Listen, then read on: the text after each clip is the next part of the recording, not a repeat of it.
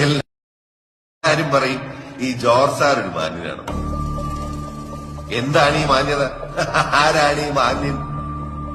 ആരുമില്ലാത്ത വീട്ടിൽ കുളിമുറി ഊറ്റിയിട്ട് ഒറ്റയ്ക്ക് കുളിക്കുന്നവനാണോ മാന്യൻ? അല്ല,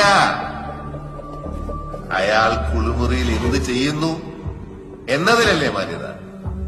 എങ്കിൽ ഏത് കുളിമുറിയിലും കുറ്റിയിട്ടും കുറ്റിയിടാതെ ഈ ജോർജ് സാറ് കുളിക്കും. എല്ലാരും പറയും ഈ ജോർജ് സാർ ഒരു മാന്യനാണ്. എന്താണ് ഈ മാന്യത? ആരാണ് ഈ മാന്യൻ? ആരുമില്ലാത്ത വീട്ടിൽ കുളിമുറി ഊറ്റിയിട്ട് ഒറ്റയ്ക്ക് കുളിക്കുന്നവനാണോ മാന്യൻ? അല്ല,